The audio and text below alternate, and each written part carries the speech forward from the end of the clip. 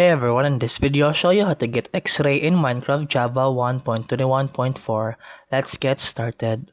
First, open Google and search for Minecraft X-ray, then click the top result, usually X-ray Ultimate. Then scroll down to the game version and select 1.21.4 or the latest version you're using. Click the three dots, then download file to start downloading the resource pack.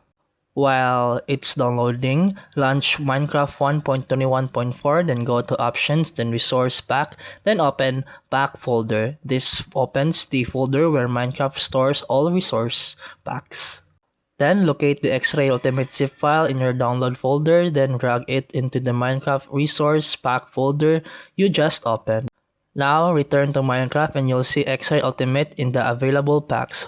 Hover over it and click the arrow to move it into selected and then press done. Then Minecraft will reload and X-ray is now activated in your game. Now you can see ores and other block through walls. Then if you want to toggle it off, go to options, then resource pack and move it back to available, then press done. And that's it for today's video. If you found this helpful, please like and subscribe for more videos. See you in the next one.